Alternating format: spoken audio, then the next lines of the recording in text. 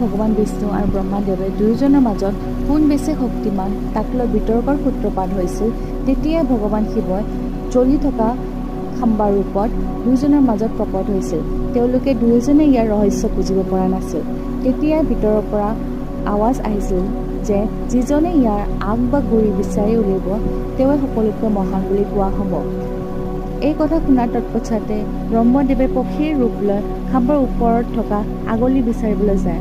আনহাতে ভগৱান বিষ্ণুৰ বৰাহ অৱতাৰ লৈ খাম্বাৰ গুৰিভাগ বিচাৰি যায়। দুয়োজনে অনেক সময় বিচৰাৰ পাছতো আগ আৰু গুৰি বিচাৰি নাপায়, যাৰ ফলত দুয়োজনে হাৰ মানি উভতি আহে।